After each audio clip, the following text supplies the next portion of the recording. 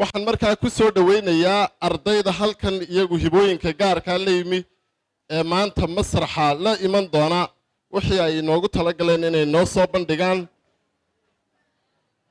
waxaan ku soo dhawaynayaa waan stageka ku soo dhawaynayaa dugsiga 26 Juun laba dhalinyaro ah oo ka socda kuwaasoo la yimi hal-abuurkoodana halkan ku soo bandhigaya waa Cabdiqani Xuseen iyo Suhayb Jamaal. soo dhawaada.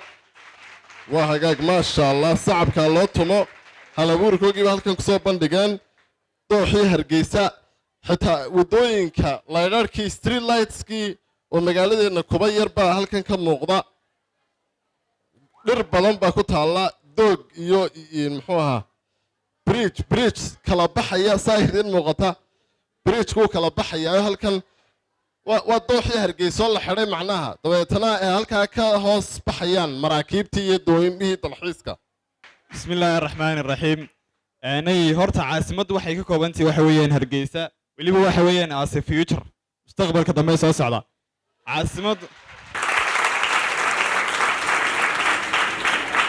caasimada cabirkeegii waxa weeyaan 6 mitir oo dharara ballacuna waxa weeyaan 5 mitir.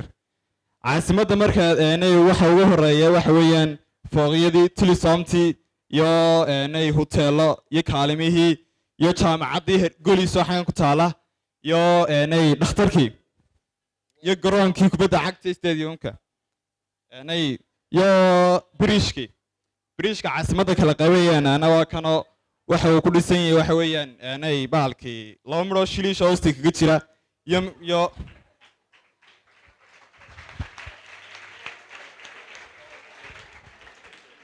lamro shilisho kala qaadayo de si automatic u kala qaadaya. caasimadu waxay kale ku dhisantahay waxa weeyaan badi bridge-kan wuxuu naga caawinayaa waxa weeyaan markii bad inkoo kale biyo jiraan ee dooxa inkoo kale Hargeysa waxa jirta waxa dhacda markuu ay marayaan baalkii biyuhu inay baalkii uu hakad galo isku socodka iyo in de adu jaamta dhacdo traffic jaamta waxa ka hortagaya waxa weeyaan bridge-kuna waxa hoos kaga jira lamada shiliishkan sidaan sheegay iyo tuubooyinkoogii oo si automatic u kala qaadaya.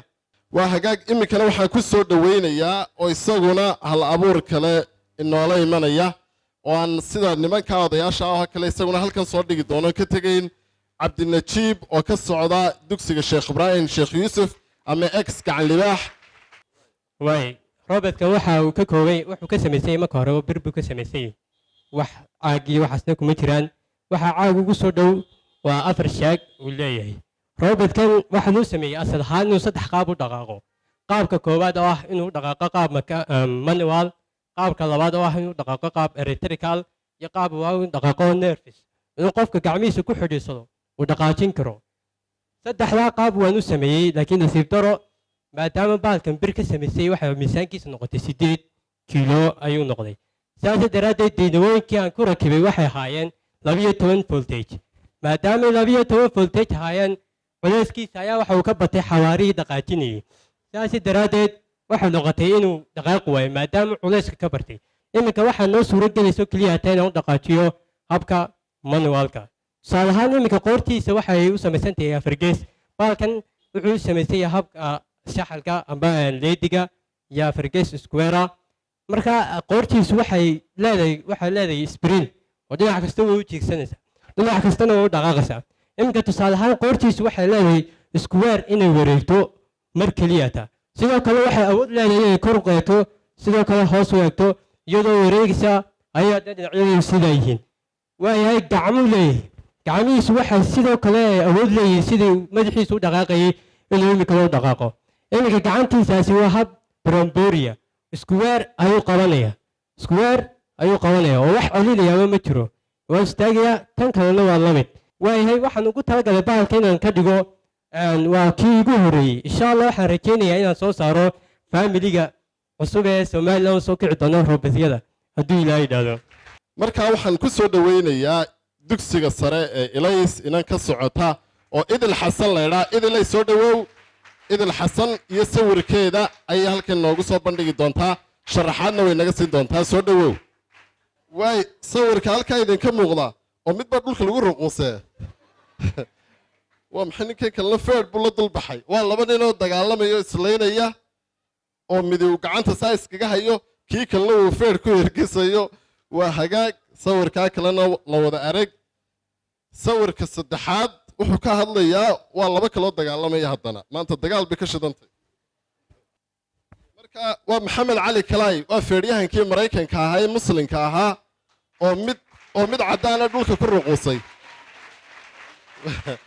aad iyo aad bay u mahadsan tahay sida ay noogu soo sharaxday idil xasan sawiradaasi saaxiibadeedna yaanay kaba sii tegina soo dhowow amaaley soo dhowow haddaad doontaa isa soo raaco amaal waxa ay ku tartamaysaa codka uu ilaahay siiyey ee talentka ah ee hibada ah codkeeda macaan hadday qur-aan ku akhrido iyo hadday nashiido ku qaado iyo hadday maanse soomaaliya ku tiriso intaba mudan soo dhowow amaal haddeerna waxaan gudagalaynaa haystii dhulkaaga hooyo waddankaaga inaad jeclaatidna waa muhiim hallankaagu waahibo sharafkugu hagoogane ciidaad waadan aad ku haqabeeshe waa haleeladiino horweyn ku irmaano aad ku hiiranayse haybad waxaad ku leedahay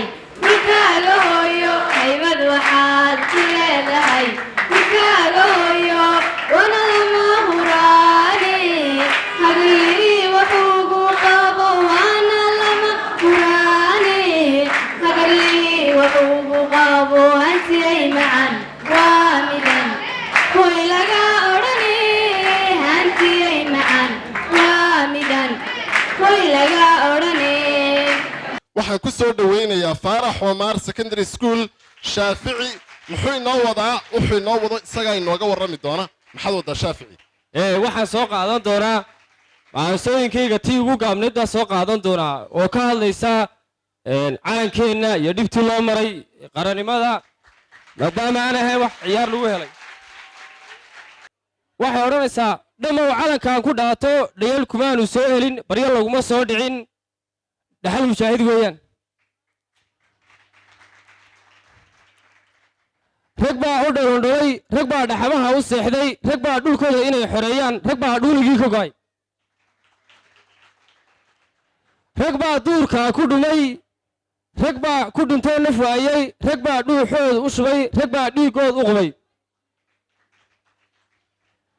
rag baa isku dhigay rag baa dhumuc rasaaseed rag baa isku dhigay gantaallo rag baa ku dhintoo naf waayey rag baa weli u dhutiya rag baa dhaawacmo la waayey rag baa dhurwaagu cunay dhurwaagu waraabahan male waad garanaysaan waahibo sharafkugu hagoogane ciidaad waadan aad ku haqabeeshe waa haleeladiino horweyn ku irmaalo aad ku hiiranayse haybad waxaad ku leedahay dhulkaaga hooyo haybad waxaad ku leedahay dhulkaaga hooyo